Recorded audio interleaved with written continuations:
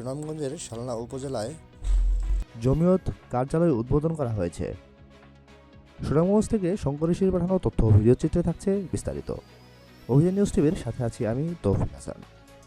শালনা উপজেলায় জমিয়ত কার্যালয় উদ্বোধন উপলক্ষে আলোচনা সভা ও দোয়া মাহফিলের পর সাংবাদিকদের সঙ্গে মতবিনিময় করা হয়। শনিবার বিকাল 2 ঘটিকায় অনুষ্ঠানটি অনুষ্ঠিত হয়। সঞ্চালনায় ছিলেন মাওলানা নাজমুল ইসলাম এবং সভাপতিত্ব করেন মাওলানা ইকরাম হোসেন এবং উক্ত অনুষ্ঠানে প্রধান অতিথি হিসেবে উপস্থিত ছিলেন যুগ্ম মহাসচিব কেন্দ্রীয় জমিয়ত জননেতা মোহাম্মদ মাওলানা সোহাইব আহমেদ। বিশেষ অতিথি হিসেবে উপস্থিত ছিলেন সাংগঠনিক সম্পাদক সিলেট মহানগর মাওলানা তারুজ্জামান তালুকদার।